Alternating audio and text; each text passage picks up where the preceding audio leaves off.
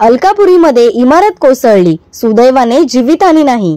नालासोपाऱ्यातील अलकापुरी येथे साईराज अपार्टमेंट तळमजल्यावरील दुरुस्तीचे काम करीत असताना पिलर तोडल्यामुळे इमारत कलंडली। सुदैवाने कोणतीही जीवितहानी झाली नाही। सायंकाळी 7:30च्या सुमारास ही घटना घडली। घटनेची खबर मिळताच वसई विरार महानगरपालिकेच्या प्रभाग ईच्या सहाय्यक आयुक्त अश्विनी मोरे, पालिकेचे अतिक्रमण विभागाचे कर्मचारी, अग्निशमन दलाचे जवान, पोलीस घटनास्थळी दाखल झाले। एका कारागिराचा मूर्खपणा संपूर्ण इमारतीला भोगावा लागला आहे। शनिवारी सायंकाळी 4:30च्या सुमारास ही इमारत जमीनदोस्त झाली असून येथील रहिवाशांना नुकसान भरपाई दुकानदाराने द्यावी अशी मागणी रहिवाशांनी केली आहे। ब्युरो रिपोर्ट, सिंधू प्रभात, नालासोपारा। या इमारतीमध्ये राहणारा एक रहिवासी, त्याने काम चालू होतं त्याचं, ज्यात त्याने कॉलम तोडले। 2 कॉलम तोडल्यामुळे इमारतीला तडे गेले आणि मग धोका टाळण्यासाठी आपण पूर्ण इमारत खाली केली। रहिवाशांना दुसऱ्या ठिकाणी स्थलांतरित केलंय, त्यांच्या जेवणाची व्यवस्था केलेली आहे। मला सांगा, हा जो कॉलम ज्यांनी तोडलाय त्याच्यावर काय कारवाई पालिका करणार आहे?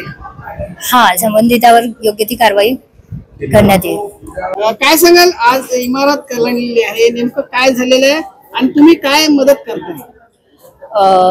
संध्याकाळी मला फोन आला 7:30च्या दरम्यान आणि त्यावेळेला कळलं की शानदार बेकरी जिकडे आहे ती बिल्डिंग कलंडलेली आहे। आणि त्यानंतर 8:15-8:30च्या दरम्यान मी इथे आली आणि बघितलं तर पिलरची त्यांनी काहीतरी मरम्मत करण्यासाठी तो ओपन केला होता आणि त्यामुळे बिल्डिंगचा काही भाग थोडासा कलंडलेला आहे।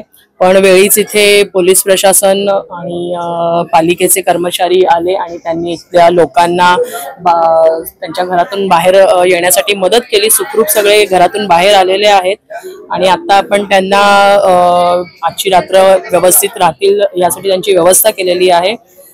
उद्या सकाळी येऊन सोसायटीत काय बिल्डिंगची अवस्था आहे ती पालिका म्हणतात की आम्ही बघू आणि पुढे मग रूम खाली करायचे कसं काय ती त्यांची व्यवस्था आता करण्यात येत आहे।